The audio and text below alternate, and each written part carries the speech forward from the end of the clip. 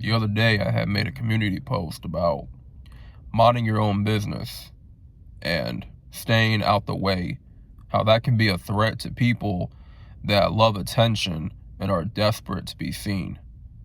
And that statement, it proved to be the case. And it definitely applied to a minor situation the other night on my way to work. And I had to put this into practice. Like, I'm someone that minds my business and stays out the way. But I've learned over the years how people can be threatened by that. Some people can be a little bit intimidated by you minding your own business. You don't get involved in the nonsense. You're not desperate to be seen. And that can rub people the wrong way. Irritate whatever demons they have. Because you're content with where you're at in life. And you don't need validation from everybody. You don't need to chase it. And you're not in a pursuit to be seen all the time. Or even at all, right? So I was on my way to work, and this person had cut me off on the road in traffic, which I'm used to that already, right? Go to make the right turn.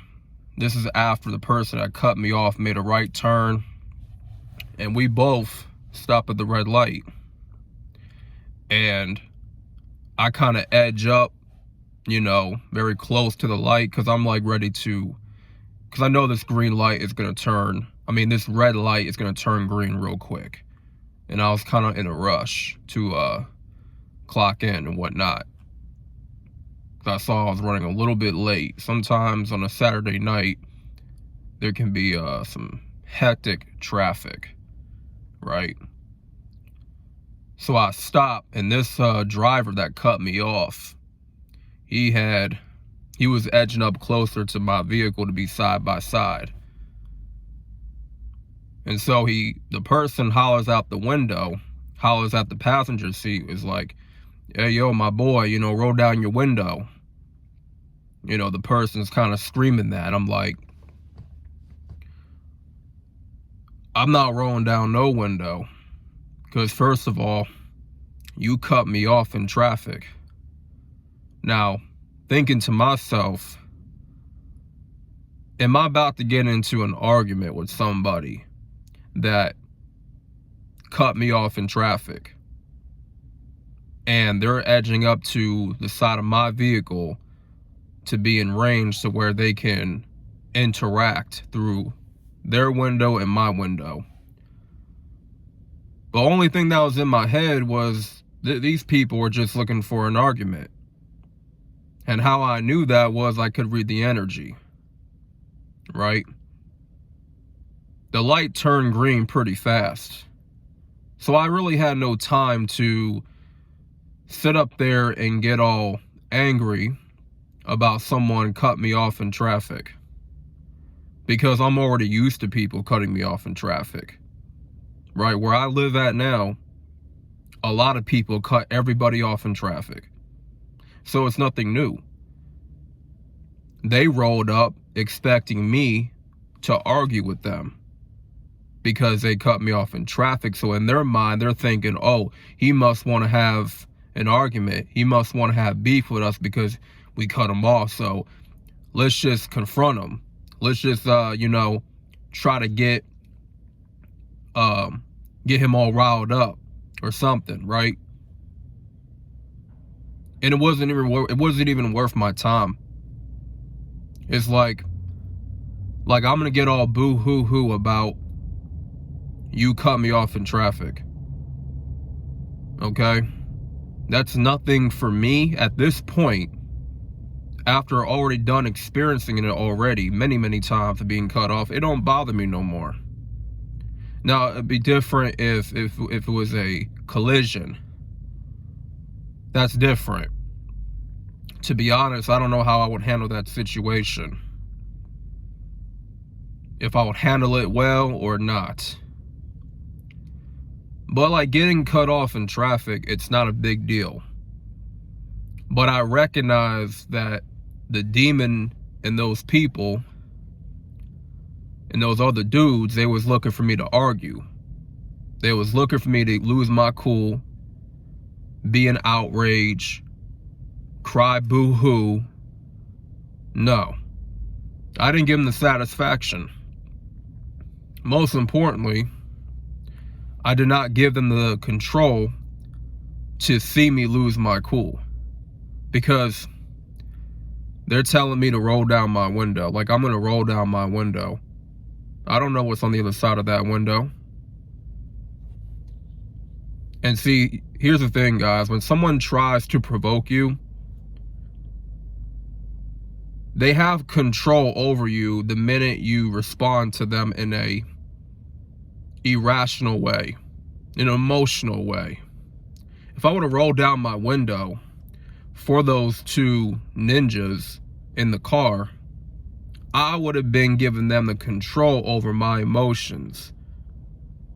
I just kept looking ahead at the road. I'm like, I wasn't paying them no mind. They were trying to get my attention. Then once the light turned green, I was driving off and they drove off. They drove off mad. They drove off in their feelings because they couldn't get me to get out of character. They could not get me to lose my cool. They clearly had that plan to cut me off in traffic and start a beef with me. Someone they don't even know, a complete stranger.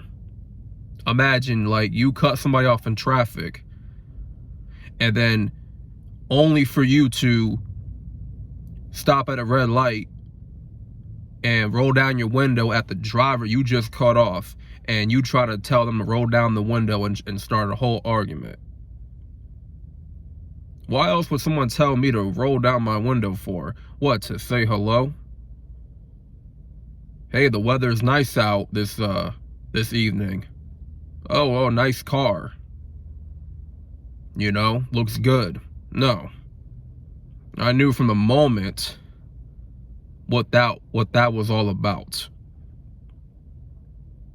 And see, you got provoking spirits around you. They will try to get you out of character, and they will get you to lose your cool and say some things that you would never say to a human being. And it might cost you like a job, might cost you money, it might cost you your freedom, whatever the case is. And it's like, you got to know when someone is trying to provoke you. And when you walk in this truth, man, and you give your life to Christ, you're going to have people that are going to try you. You're going to have people that are going to try your patience. And they're going to try to provoke you in any way they can. But you got to have enough control. You got to have enough discipline in your emotions to not lose your cool. And sometimes people provoking you can be a trap that leads to a whole different situation, that can lead to a fight, lead to you killing somebody, or somebody getting seriously hurt, or you getting arrested. Like, you got to know when someone's provoking you, and know when to not respond. Silence is golden. And I just kept silent. I'm like, I ain't paying these fools no attention. They clearly want to argue with somebody that they cut off in traffic. And you would think, okay, I would get mad. You would think I would lose my cool. You would think I would tell that driver to roll down their window and have me give them a piece of my mind. No. It's pointless. It's a pointless argument, and it's not going to accomplish anything. It might lead to something more dangerous. You just never know. So I'm making this video to bring awareness to provoking spirits that are around. And they can come from anywhere. You know, people can try you in different ways, and it all can be traps laid by the enemy. It's up to you what you're going to do in that situation. Are you going to fall for that trap, or are you going to maneuver around that trap? Are you going to avoid it by being smart and controlling your emotions and not acting out of character? Because when somebody is provoking you, they want control over you by you losing your cool. And the minute they can get you out of character, they got that control over you. They know what button to press. They know how to get under your skin. And once they accomplish that, they got you. It's like if I would have rolled down my window and started an argument, I would have given those guys control in that moment. But I said, nah, I don't got time for that. I'd rather just go to this job, do what I gotta do, and keep it moving. Keep it moving. Like people already cut me off in traffic enough as it is. So I'm used to it already.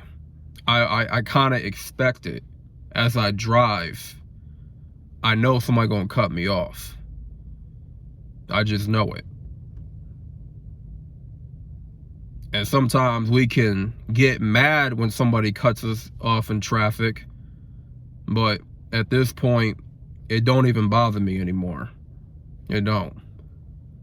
So always be careful of provoking spirits, people that try you, people that try to test you, get under your skin, and watch out for those traps. And always keep your cool. Never give anyone that control over your emotions. No one deserves that much power over your own emotions.